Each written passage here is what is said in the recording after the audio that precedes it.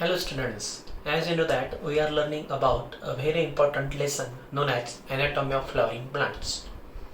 And in last session we completed the basic anatomy of leaves. You know that in this lesson there is a given different types of anatomical structure about different types of important organ present inside the plant, like root, like stem and like leaves. So after the completion of basic anatomy, different plant tissues and tissue system, today we will see the basic concept about the growth in plant. And here is a given of important points regarding to the plant growth. You know that plant having presence of two types of growth, that is first one growth of plant is known as primary growth and second one growth of the plant is known as secondary growth. So first of all we get understand what is meant by primary growth.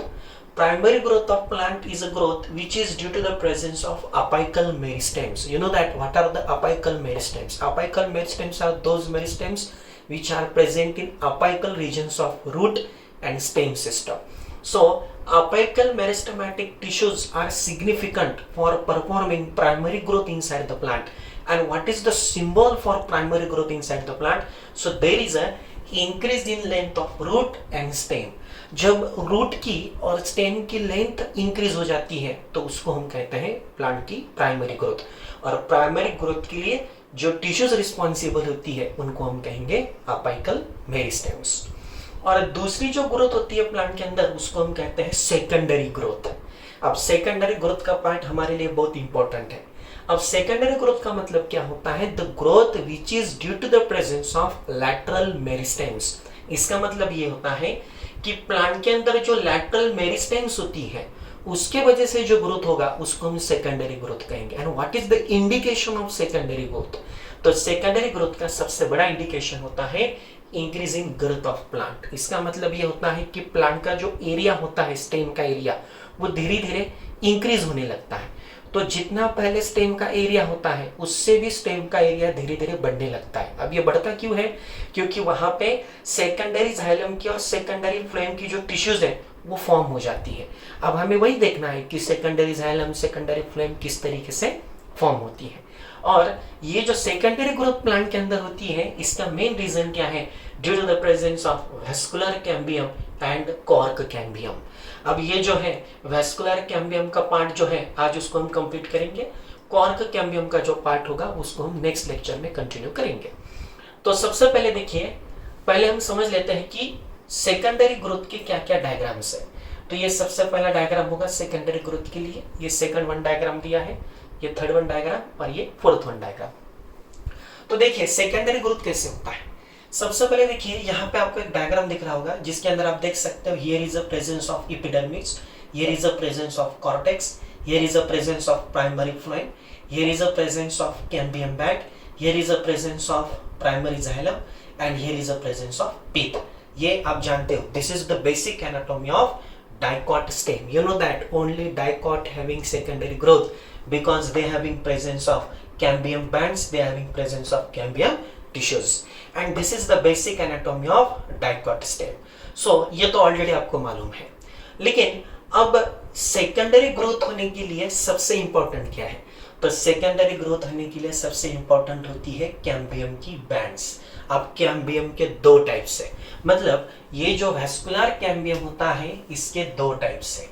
एक सबसे पहला जो vascular cambium होगा उसको हम कहेंगे intrafascicular vascular cambium, और दूसरा जो वेस्कुलर कैम्बियम होगा उसको हम कहेंगे इंटरफेसिकुलर वेस्कुलर कैम्बियम। ओके, सबसे पहला कौन सा है?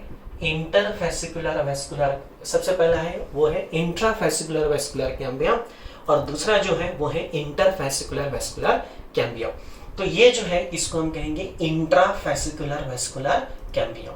अब सेकंड डायग्राम को अगर हम देखेंगे तो सेकंड डायग्राम में आपको क्या दिख सकता है कि जैसे कि यहाँ पे एपिडर्मिस का प्रेजेंस है।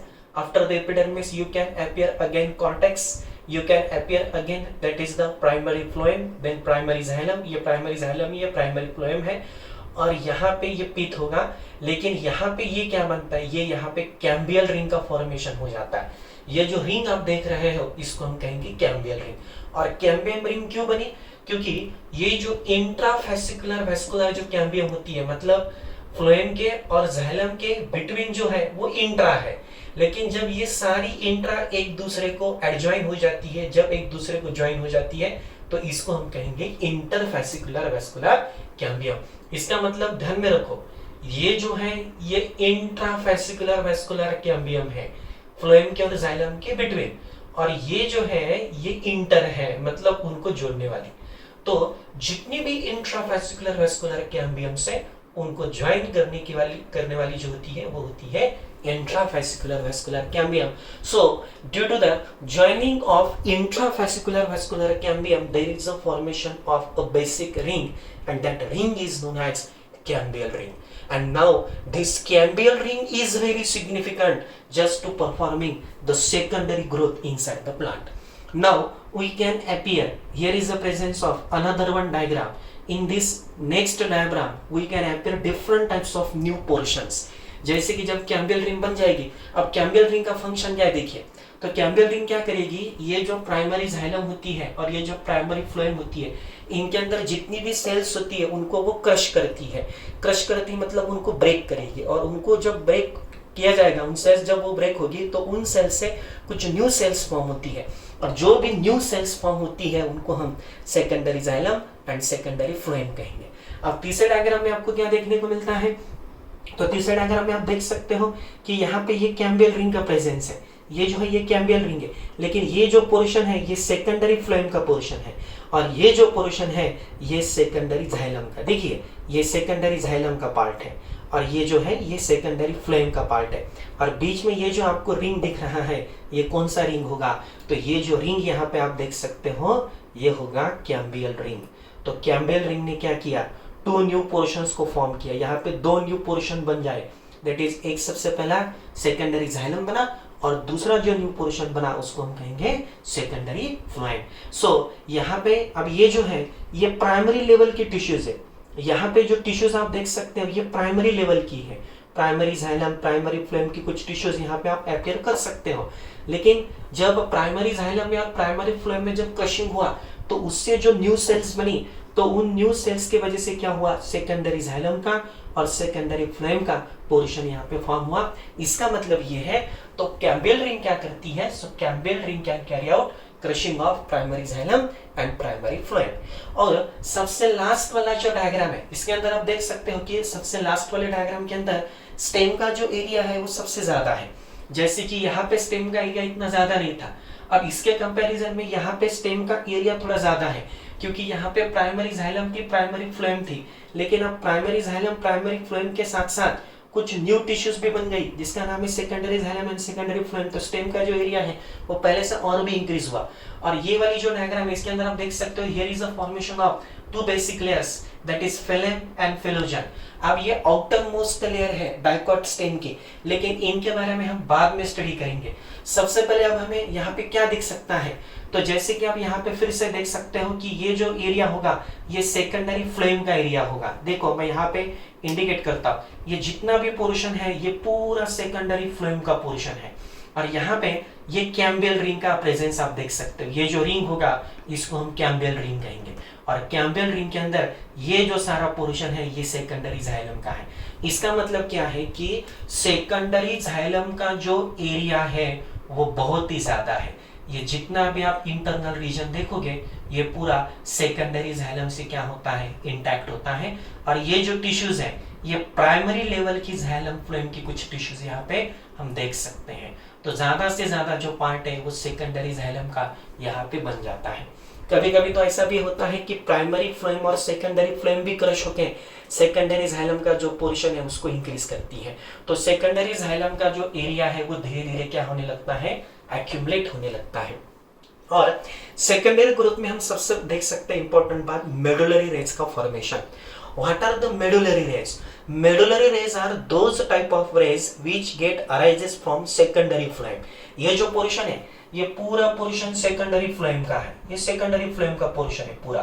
तो सेकेंडरी फ्लोएम से क्या होते हैं, कुछ रेज यहाँ पे अराइज होते हैं जिनको हम कहेंगे पैरेन्काइमेटस बैंड्स, और ये जो पैरेन्काइमेटस बैंड्स होते हैं इनको हम कहेंगे मेडुलरी रेज। और कुछ मेडुलरी रेज क्या होते हैं, बहुत ही लॉन्ग होते हैं, तो कुछ मेडुलरी रेज बहुत ही शॉर्ट होते हैं। कुछ मेडुलरी रेज ऐसे होते हैं कि जो प्राइमरी टिश्यूज तक रीच होते हैं, लेकिन कुछ नहीं होते हैं। तो इन मेडुलरी रेज को हम सेकेंडरी पैरेन्काइमेटस बैंड्स और सेकेंडरी मेडुलरी रेज भी कह सकते हैं। सो इसका मतलब क्या है कि धीरे धीरे क्या हो रहा है कि स्टेम का जो एरिया है, स्टेम का जो गर्थ है, वो धीरे धीरे क्या हो रहा है, वहां पे इंक्रीज हो रहा है। So this concept is known as secondary growth in dicot stem. आपको ध्यान में क्या रखना है, जैसे कि सबसे इंपॉर्टेंट बात, जाइलम के और फ्लोएम के बिटवीन इंट्राफेसिकुलर वेस्कुलर कैम्बियम्स का प्रेजेंस है। So intrafascicular vascular cambium get adjoined, it will form interfascicular vascular cambium. Due to the presence of interfascicular vascular cambium, here is a presence of cambial ring. After the formation of cambial ring, what is the function of cambial ring? Cambial ring can carry out crushing of cells which are present in primary xylem and primary phloem. After the crushing of cells which are present in primary xylem and primary phloem, so there is a formation of new cells, new tissues known as secondary xylem and secondary phloem. तो उस diagram के comparison में इस diagram में tissues की level ज्यादा है, तो इसके अंदर आप सेकेंडरी जाइलम का भी एरिया देख सकते हो और सेकेंडरी फ्लोएम का भी एरिया देख सकते हो। सेकेंडरी फ्लोएम के और सेकेंडरी जाइलम के बिटवीन यहाँ पे आपको एक कैम्बियल रिंग का प्रेजेंस देख सकते हो आप। ये जो रिंग है ये कैम्बियल रिंग होगी। ओके, तो ये कैम्बियल रिंग जो है ये सेकेंडरी ग्रोथ के लिए बहुत इंपॉर्टेंट हो जाता है। और सबसे लास्ट वाले डायग्राम में जैसे मैंने बताया आपको कि फेलेम का और फेलोजन का जो पार्ट है उसको हम बाद में कंटिन्यू करेंगे, लेकिन यहाँ पे आपको मैं फिर से बता देता हूँ, ये सबसे बाहर वाला लेयर फेलेम है, ये फेलोजन है, ये पूरा जो एरिया आप देख रहे हैं वो ये सेकेंडरी फ्लोएम का एरिया है, फिर ये कैम्बियल रिंग है, कैम्बियल रिंग के बाद फिर यहाँ पे ये जितना भी पोर्शन आप देखोगे ये पूरा सेकेंडरी जाइलम का, क्योंकि सेकेंडरी जाइलम का एक्यूमुलेशन ज्यादा होता है। क्योंकि कैम्बियल रिंग जो होती है, cambial ring is more active in internal sides, मतलब towards the pith, towards the centre cambial ring की जो एक्टिविटी होती है वो ज्यादा होती है, इसलिए सेकेंडरी जाइलम का पोर्शन आपको ज्यादा देखने को मिलेगा और सेकेंडरी फ्लोएम का जो पोर्शन है वो आपको कम देखने को मिलेगा। So this is the representation of secondary growth in case of dicot stem because they having presence of cambium tissues. Thank you.